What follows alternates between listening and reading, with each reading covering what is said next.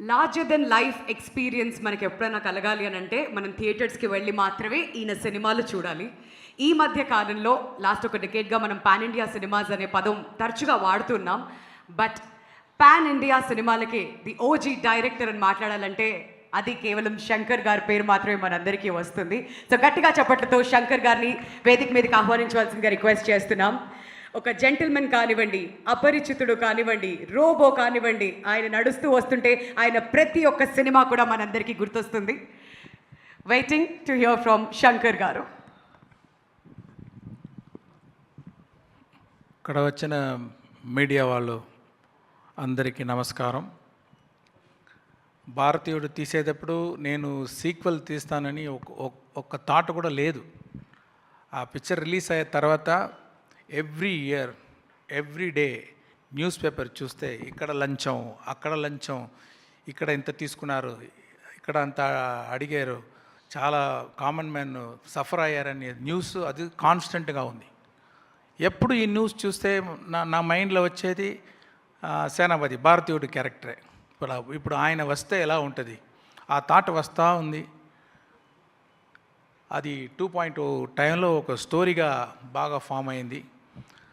ఆ story ready అయిన తర్వాత కమల్ గారి దగ్గర వెళ్ళి చెప్పాను, ఆయనకు నచ్చింది, స్టార్ట్ చేసాము. ఈ పిక్చర్లో కమల్ గారు ఒక్కొక్క సీన్ నేను రాస్తాము, కానీ ఆయన పర్ఫామ్ చేసేటప్పుడు ఆయన ఇచ్చేది లైఫ్, ఆ సీన్ చాలా పెద్ద హైట్కి ఎలివేట్ చేసింది.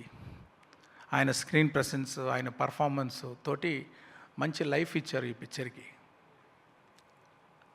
తర్వాత సిద్ధార్థ్, బాబీ సింహ అండ్ రకుల్ ప్రీత్ సింగ్, వివేక్, సముద్రగని గారు, బ్రహ్మానందం గారు, నెడుముడి వేణు గారు, వీళ్ళందరూ వాళ్ళు ఎక్స్పీరియన్స్తో ఈ క్యారెక్టర్స్ అన్నీ స్ట్రెంగ్త్ ఇచ్చారు ఈ పిక్చర్కి. ఈ పిక్చర్ అన్ని జనరేషన్ కనెక్ట్ అయ్యేది పిక్చర్. ఇప్పుడు రిలీజ్ అయ్యేది 1996, ఆ జనరేషన్ నుంచి ఇప్పుడు 2024 ఈ జనరేషన్ వరకు అందరికీ కనెక్ట్ అయ్యేది పిక్చర్ ఇది. ఇండియాలో ఒక్కొక్క ఫ్యామిలీ చూడవలసిన పిక్చర్ ఇది. అందరికీ ఎంగేజింగ్గా ఉంటుంది.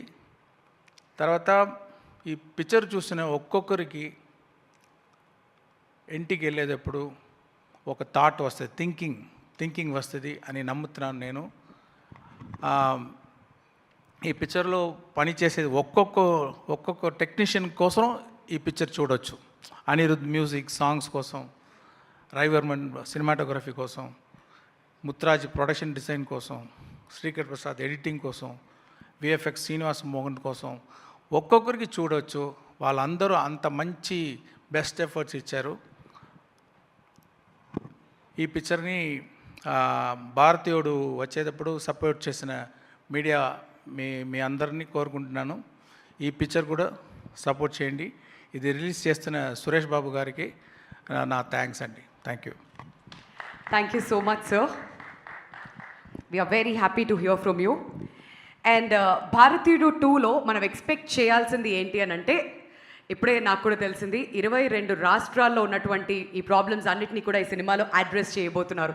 అది మనం మర్చిపోకూడదు.